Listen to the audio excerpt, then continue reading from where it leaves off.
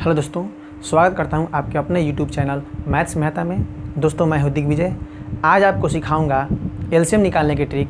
पहले हम लोग एलसीएम ऐसे निकालते थे, लेकिन आजकल एग्ज़ाम में ऐसे निकालेंगे तो हमारा काम नहीं चलेगा।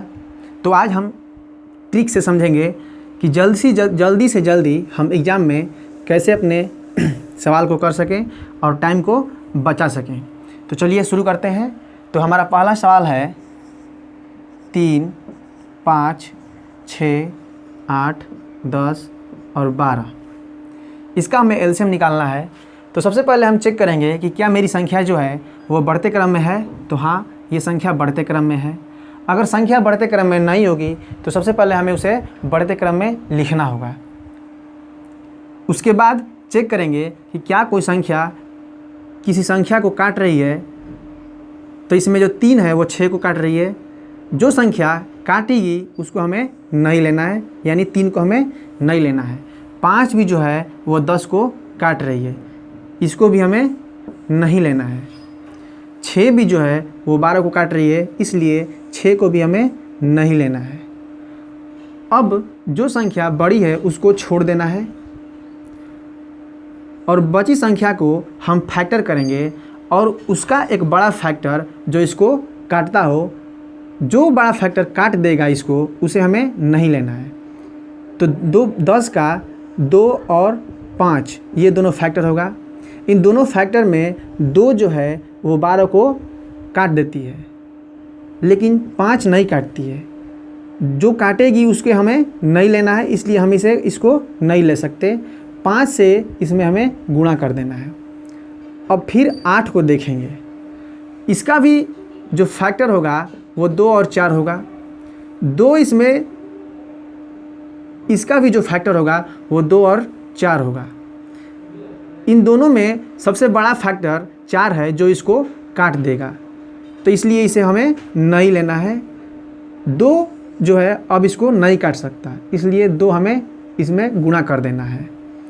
अब यहाँ से यहाँ तक गुणा करके जो आंसर आएगा वो अपना एलसीएम हो जाएगा।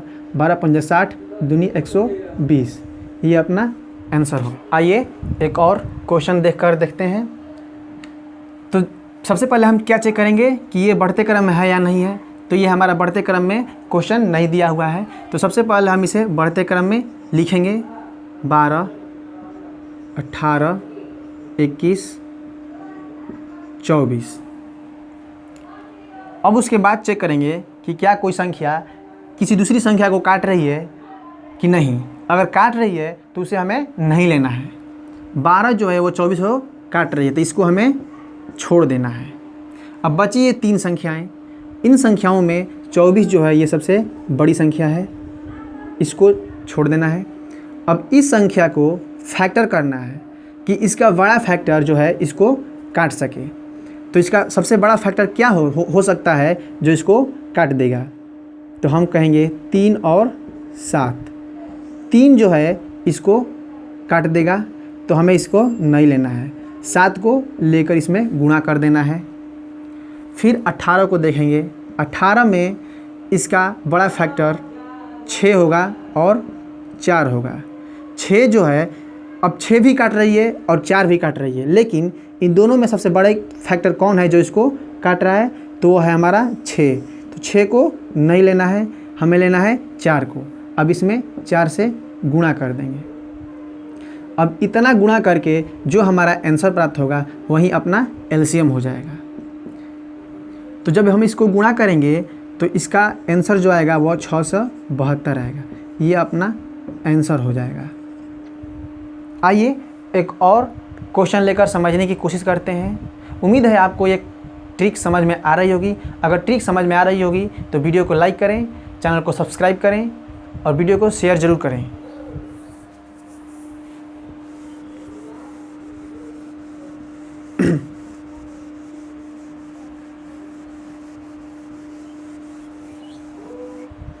तो हमारा अगला सवाल ये है। अब हम इसको देखेंगे कि क्या ये हमारा सवाल बढ़ते क्रम में है। तो हाँ, ये हमारा सवाल बढ़ते क्रम में है।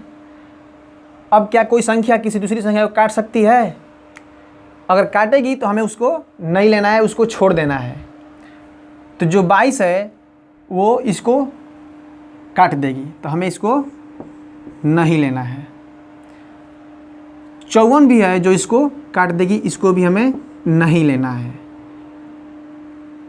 अब बचा ये 3 संख्याएं। इन 3 संख्याओं में जो सबसे बड़ी हो गई उसको छोड़ देना है। 198 जो है हमारी बड़ी संख्या है। अब इसको हम फैक्टर करेंगे।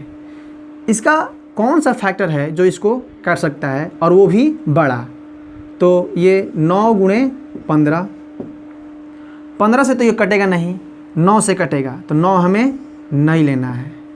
इसमें 15 से गुणा कर देना है। अब बचा ये, इसको भी हम 2 फैक्टर करेंगे। इसका भी एक फैक्टर 9 गुणे 12 आएगा। 9 जो है इसको काट देगी, तो 9 को हमें नहीं लेना है।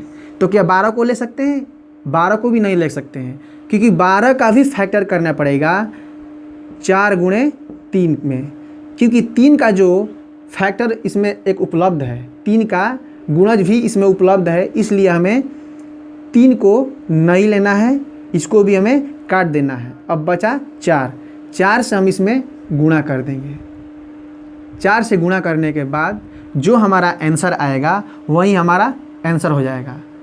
इसमें गुणा करने के बाद 198 गुणे 15 गुणे 4, 11, 8, 8, 0 आएगा। ये अपना एलसीएम हो जाएगा। आइए एक और देखकर समझते हैं। ये हमारा सवाल है। इस सवाल में चेक करेंगे बढ़ते क्रम में है, हाँ बढ़ते क्रम में है। क्या कोई संख्या किसी दूसरी संख्या को काट रही है? तो हाँ, 8 जो है ये काट रही है, इसको छोड़ देंगे। 12 भी है जो 24 को काट रहा है, इसको भी छोड़ देंगे। अब बचा ये, इसको तो हम ऐसे छोड़ देंगे, इसका हम फैक्टर करेंगे। और इसका फैक्टर क्या हो सकता है जिसमें जो बड़ा होगा वो इसको काट सकती है? तो इसको हम ले लेंगे 6 गुणे 3। अब 3 भी 24 को काटता है और 6 भी 24 को काटता है, लेकिन इन दोनों में सबसे बड़ा कौन है? 6। तो 6 को हमें नहीं लेना है, हमें लेना है 3 को, और 3 को इसमें हमें गुणा कर देना है, जिससे अपना एलसीएम प्राप्त हो जाएगा। ये अपना आंसर हो जाएगा।